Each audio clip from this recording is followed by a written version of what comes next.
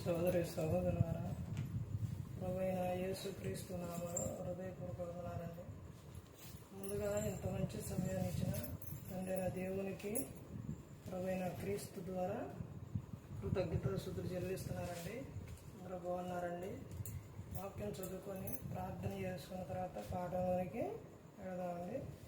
యోహాను గారు రాసిన సువార్త 15వ అధ్యాయం 7వ వచనం. నా యందు మీరును మీ యందు నా మాటలను నిలిచి ఉండేనెలా మీకు ఏది ఇష్టమో అడుగుడు, అది మీకు అనుగ్రహింపబడదు. మీరు బహుగా ఫలించడం వలన నా తండ్రి మహిమపరచబడదు. ఇందువలన మీరు నా శిష్యులగుదురు. ప్రార్థన చేసుకున్నారు. పరలోకమందున మా తండ్రి, పరిశుద్ర ప్రేమ గల తండ్రి, గొప్ప తండ్రి, యెహోవా తండ్రి, ప్రియకుమారుడు యేసుక్రీస్తు ప్రభువారి ద్వారా కృతజ్ఞతాస్తుతులు చెల్లిస్తున్నాము నాయన. ఈ రాత్రి వేళ మా అందరితో మాట్లాడమని మా ప్రభువైన యేసుక్రీస్తు నామమున వేడుకుంటున్నాం తండ్రి. ఆమేన్. ప్రభువైన యేసుక్రీస్తు నామములో హృదయపూర్వక వందనాలండి. దేవుని కుమారుడు యేసుక్రీస్తు ప్రభువారు ఈ లోకానికి వచ్చిన తర్వాత పరలోక రాజ్యం సమీపిస్తుంది కనుక మారు మనసు పొందమని ప్రకటింప మొదలుపెట్టాడు. అంశం: లోకంలో నీవు బహుగా ఫలిస్తేనే ఒక వ్యక్తి మారతారు. ఒక వ్యక్తి మారాలి అని అంటే ఒక వ్యక్తి ఇలా రాసుకున్నావు. ఒక వ్యక్తి మారాలి అంటే నీవు బహుగా ఫలించాలి. వ్యక్తి మారాలంటే ఏం చేయాలి? నువ్వు బహుగా ఫలించాలి. ఎవరు చెబుతున్న విషయం ఇది?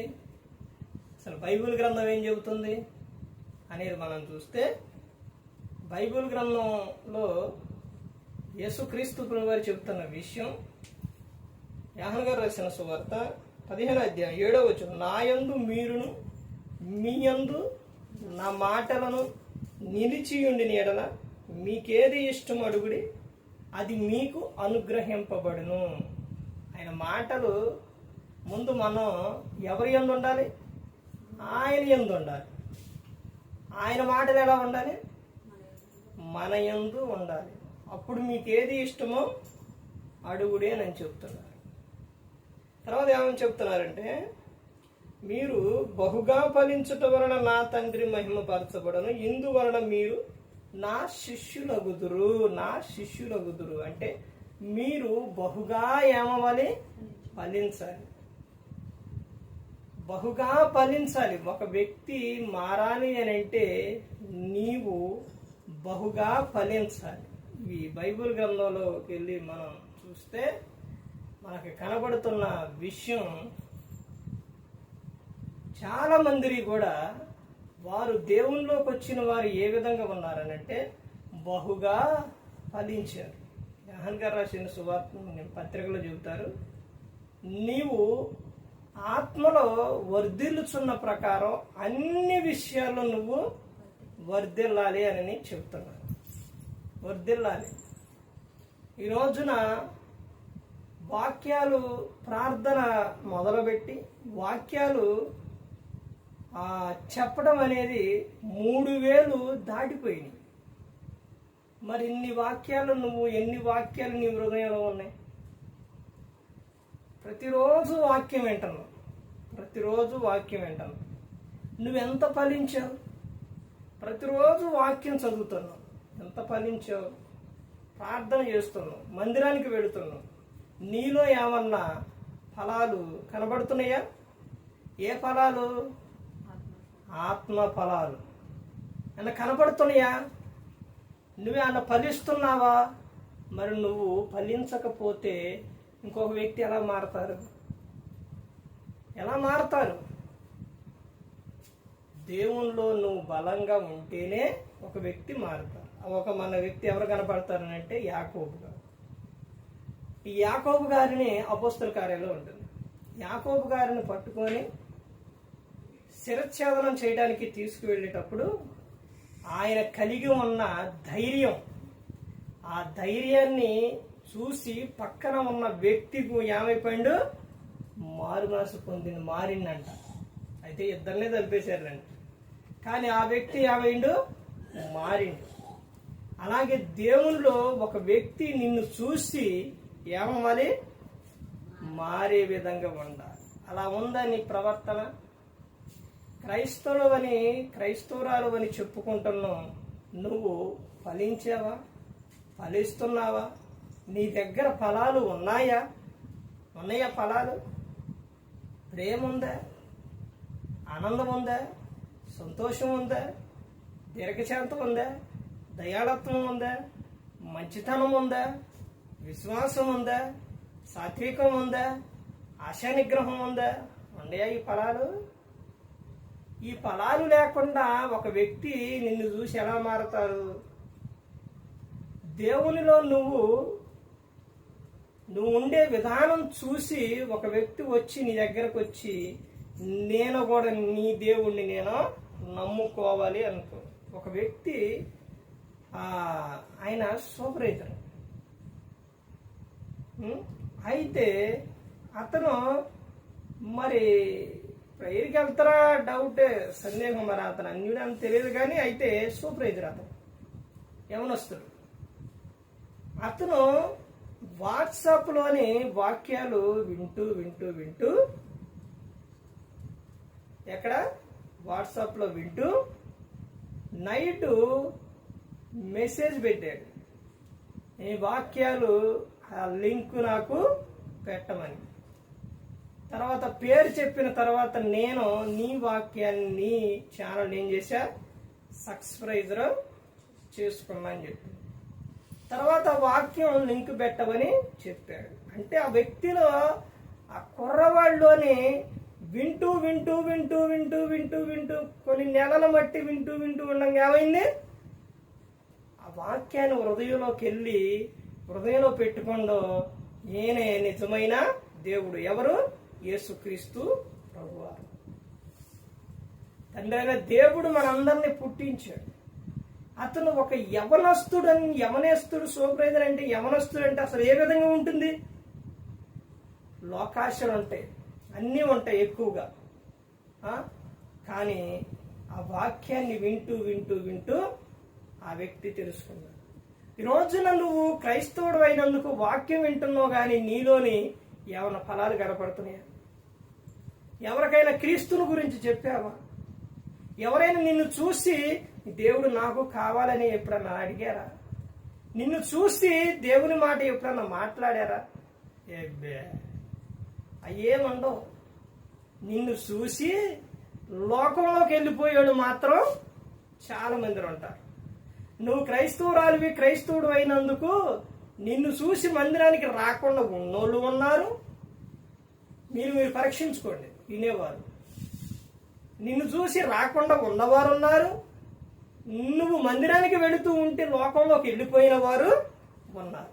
ఎందుకనంటో నీ క్రియలు అలా ఉన్నాయి, నీ మాట తీరు అలా ఉంది. నీ క్రియలు బాగుంటే ఒక వ్యక్తి నీ వెంటబడి వస్తారు. ఏ విధంగా అంటే యాహాను గారు, ఎవరు? పేతురు గారు. వీళ్ళిద్దరూ యాహాను అపోస్తలుల కార్యాలు 3వ అధ్యాయం. వీళ్ళిద్దరూ కూడా మధ్యాహ్న సమయాన ప్రార్థన చేయడానికి ఎక్కడికి వెళ్ళారు చెప్పాలండి? ఎక్కడికి వెళ్ళారు? మధ్యాహ్న సమయాన 3 గంటలప్పుడు వీళ్ళు ప్రార్థన చేయడానికి ఎక్కడికి వెళ్ళారు? దేవాలయానికి. ఏ దేవాలయం?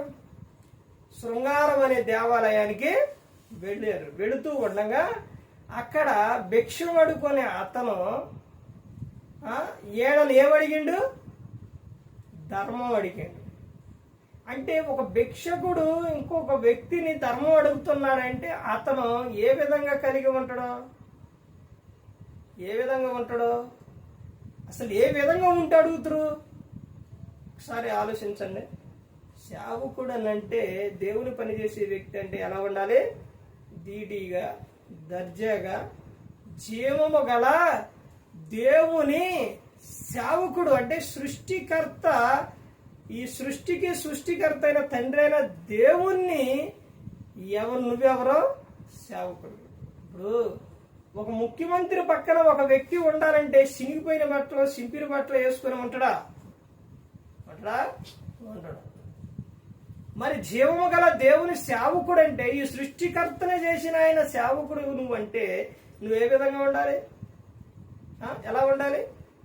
ఆ విధానం ఎవరు చూపించారు? ఆ అపోస్తలులు, శిష్యులు చూపించారు. ఆ విధంగా ఉన్నారు. ప్రతి ఒక్కరు గమనించుకోవాలి. నువ్వు ఆత్మ ఫలాలు నువ్వు కలిగి ఉంటే, నువ్వు ఫలిస్తే ఒక వ్యక్తి నిన్ను చూసి ఏం చేస్తారో మారతారు. నువ్వు అన్ని విషయాల్లో ఏమవ్వాలి? వర్ధిల్లాలి. అన్ని విషయాలంటే లోక సంబంధమైన విషయాల్లో కాదు. నువ్వు ధూమపానం చేస్తున్నావు అనుకో, పొగ తాగుతున్నావు అనుకో, నువ్వు క్రైస్తవుడవే, ప్రార్థనకి వెళతావు, నువ్వేం చేస్తావు? మళ్ళీ పొగ తాగుతావు.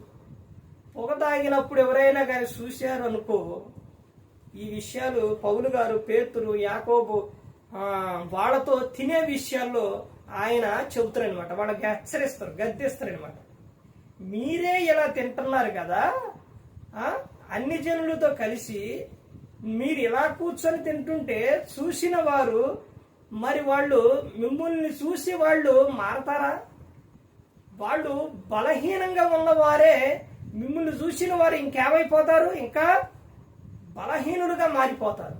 అంటే ఇప్పుడు నువ్వు ధూమపానం చేస్తున్నావు అని అంటే, నిన్ను కొత్తగా వస్తున్న వారు కానీ, అప్పుడే మందిరానికి వస్తున్న వారు కానీ, ఆ సమయంలో నిన్ను చూస్తే నువ్వు ఆ పొగ తాగటం, వాళ్ళు దేవుణ్ణి నమ్ముతారా? వాళ్ళు మారతారా? మందిరానికి వస్తారా? ఒరే వాళ్ళు చూడండిరా, ఎక్కడికే ప్రతి ఆదివారం మందిరానికి వెళ్తారు, కూడికలు పెట్టుకుంటారు, మీటింగులకు వెళతారు. అది ప్రవర్తన ఏం మారిందిరా? ఆ ప్రవర్తన ఏం మారింది? ఎందుకు ఇంక వెళ్ళటం అనుకుంటారు. నీలో ఏ ఫలాలు కనపడుతున్నాయి అంటే, చెడ్డ ఫలాలు నీలో కనపడుతున్నాయి. మంచి ఫలాలు కనపడుతున్నాయా? కనపడట్లేదు. అలాగే నువ్వు వ్యభిచారం చేస్తున్నావు అనుకో, నన్ను చూశారనుకో, వాళ్ళకి నువ్వు మందిరానికి వెళ్తే రారేక ఇంకెలా వస్తారు? వాళ్ళ ఆత్మ వాళ్ళు ఏమైపోయారు? బలహీనపడిపోయారు.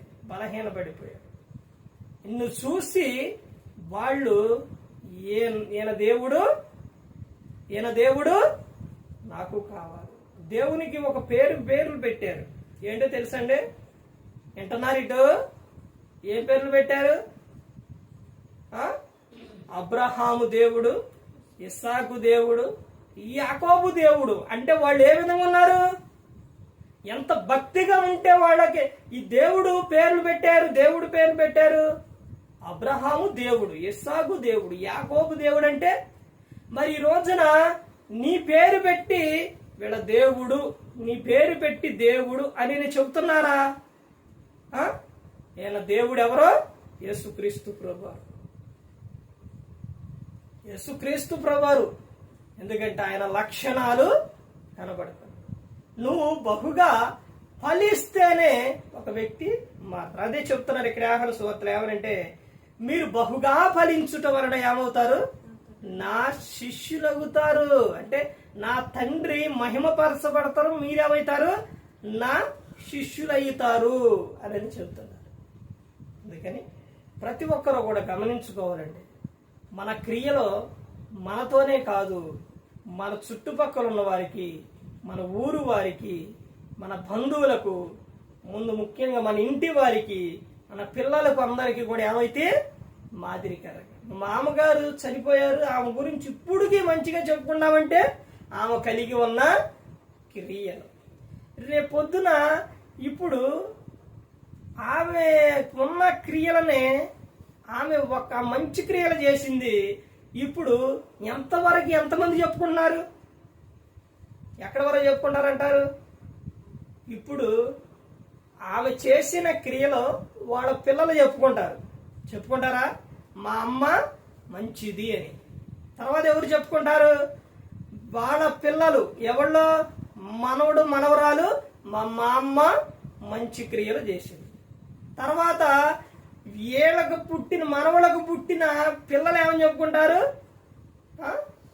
మా నాన్న వాళ్ళ తాత వాళ్ళ అమ్మ మంచిగా ఉంది అని చెప్పుకుంటారు. ఎన్ని తరాలు చెప్పుకున్నారు?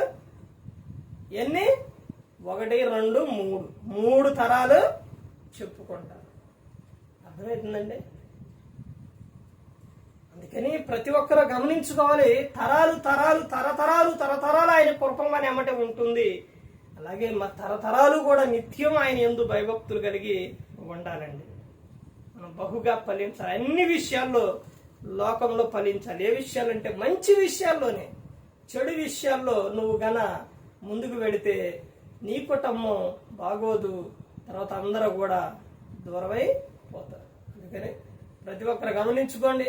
ఏ ఒక్కరు కూడా నశించే నరకానికి వెళ్ళిపోకూడదని యేసుక్రీస్తు ప్రభువారు ఈ లోకానికి వచ్చి మనందరి కోసం సిలువలో తన ప్రాణాన్ని పెట్టాడు. ప్రతి ఒక్కరు కూడా దేవుని యందు భయభక్తులు కలిగి పరిశుద్ధాత్మ మాట వింటూ హృదయ శుద్ధిని కాపాడుకుంటూ క్రీస్తును పోలే నడుచుకున్నప్పుడు ఈ లోకం విడిచినప్పుడు పరలోకానికి చేరుకున్నారు. మరి ఈ విధంగా నిలబెట్టి మాట్లాడించిన తండ్రి దేవునికి కృతజ్ఞతాస్తుతులు చెల్లిస్తూ ఇంతవరకు శ్రద్ధగా ఉన్న మీకు ప్రభు పేత హృదయపూర్వకంగా చెల్లిస్తూ ఈ మాటలు ముగిస్తున్న అందరికీ